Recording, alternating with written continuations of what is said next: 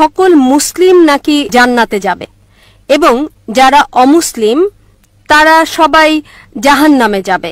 আমার নাম অনিতা। আমি জানতে চাই যে আমি আমার এক মুসলিম বন্ধুর কাছ থেকে শুনেছি যে শেষ পর্যন্ত সকল মুসলিম নাকি জান্নাতে যাবে এবং যারা অমুসলিম তারা সবাই জাহান্নামে যাবে। তো আমি এই বিষয়ের ব্যাখ্যা জানতে চাচ্ছি। আমি জানতাম যে প্রত্যেকের চূড়ান্ত যে ফয়সালা হয় তা নিজের কর্মের ওপর হয়। তো আমি এই বিষয় সম্পর্কে সঠিক ব্যাখ্যা চাই যে সকল মুসলিম জান্নাতে যাবে এবং অমুসলিম যাবে জাহান্নামে। যদি সবাই তারা ভালো কাজ করে, যদি অমুসলিম ভালো কাজ করে, তাহলে কেন তারা জাহান্নামে যাবে? বোন সুন্দর প্রশ্ন করেছেন যে ওনার এক বান্ধবী বলেছেন যে যারা মুসলমান তারা আখিরাতে জান্নাতে যাবে, অমুসলিমরা যাবে দোজখে। মুসলিম মানে সে যে শান্তি অর্জন করে, আল্লাহ সুবহানাহু ওয়া তাআলার নিয়ম অনুযায়ী চলে, কোরআন ও হাদিসের অনুসরণ করে, তাকে বলে সঠিক মুসলিম। এটা একেবারে সঠিক যে কর্মগতভাবে যে সঠিক মুসলমান সে ইনশাআল্লাহ জান্নাতে যাবে। কিন্তু আপনার প্রশ্ন হচ্ছে যে অমুসলিম ভালো কাজ করে সে কেন জান্নাতে যাবে না? বোন, জান্নাতে যাওয়ার জন্য শর্ত আছে 4টি। যখন আমি আমার 10ম শ্রেণী পাশ করি, আমি সেন্ট পিটার্স স্কুল থেকে পাশ করি, যখন আমি আইসিএসসিতে ছিলাম 10ম শ্রেণীতে, তখন পরীক্ষাতে আমার 6টি আবশ্যকীয় বিষয় ছিল: ইংরেজি, গণিত, বিজ্ঞান, ভূগোল, ইতিহাস, হিন্দি। 6টি বিষয় আবশ্যকীয়। 6টি বিষয় পাশ করাটা জরুরি ছিল। একইভাবে মানুষকে জান্নাতে যেতে হলে 4টি শর্ত রয়েছে।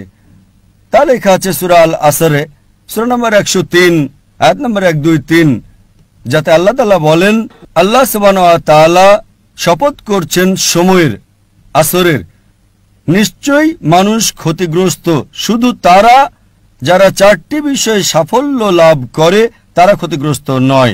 আর সে 4টি বিষয় ঈমান, নেক আমল, মানুষকে সত্যের উপদেশ দেওয়া ও ধৈর্যের উপদেশ দেওয়া। যেভাবে আমাকে 10ম শ্রেণী পাশ করার জন্য 6টি বিষয় পাশ করাটা ঠিক জরুরি ছিল।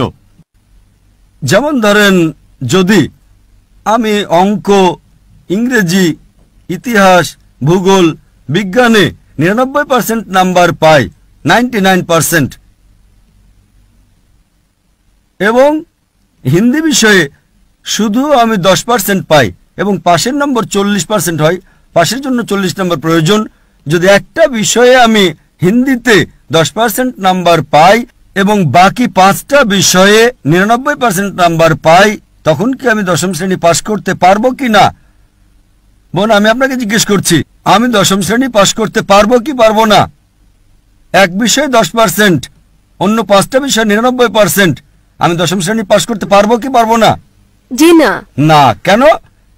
যেহেতু আমি হিন্দি বিষয়ে 10% নাম্বার পেয়েছি, হোক অন্যগুলোতে 99%, হিন্দিতে 10 নাম্বার ফেল। ওই রকম ভাবে জান্নাতে যেতে হলে সূরা আল আসর অনুযায়ী 4টি বিষয় জরুরি: ঈমান, নেক আমল, যেমনটা আপনি বলেছেন, মানুষকে সত্যের পথে ডাকা, মানুষকে ধৈর্যের উপদেশ দেওয়া। 4টি বিষয় হচ্ছে জরুরি।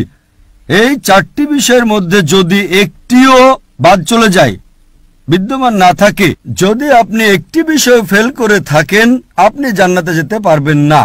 যদি আপনি বলেন যে আপনি খুব ভালো মানুষ, আমলের দিকে আপনি খুব ভালো আমল করেন, ধরে নিলাম যে আপনি 99 নম্বর পেয়েছেন আমলে, 99, কিন্তু ঈমানে তো ফেল করেছেন। আপনি এটা মানেন না যে আল্লাহ এক এবং মুহাম্মদ সাল্লাল্লাহু আলাইহি ওয়াসাল্লাম শেষ পয়গম্বর, যা সকল ধর্মগ্রন্থের মধ্যে লেখা আছে। তো আপনি ঈমানে ফেল। আপনি যতই নেক কাজ করেন, 99% নাম্বার পান, 100 নাম্বার পান বাকি 3টা অংশে, কিন্তু ঈমানে ফেল হলে তো আপনি জান্নাতে যেতে পারবেন না।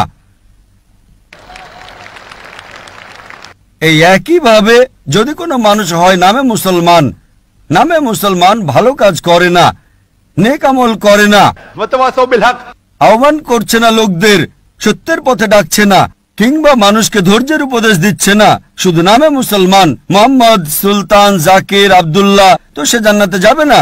তাকে জান্নাতে যেতে হলে ঈমান, নেক আমল মানুষকে সত্যের উপদেশ ও ধৈর্যের উপদেশ দেওয়া, 4টি বিষয় দরকার। এই জন্যই আপনার আমল যতই ভালো হোক, যদি ঈমান না থাকে যে আল্লাহ এক এবং আল্লাহ তাআলা ছাড়া অন্য কারো ইবাদত করা উচিত নয়, এবং এটাতে ঈমান নেই যে মুহাম্মদ সাল্লাল্লাহু আলাইহি সাল্লাম শেষ পয়গম্বর, তা আপনি জান্নাতে কখনোই যেতে পারবেন না। বোন, আপনি কি আমার উত্তরে সন্তুষ্ট হয়েছেন?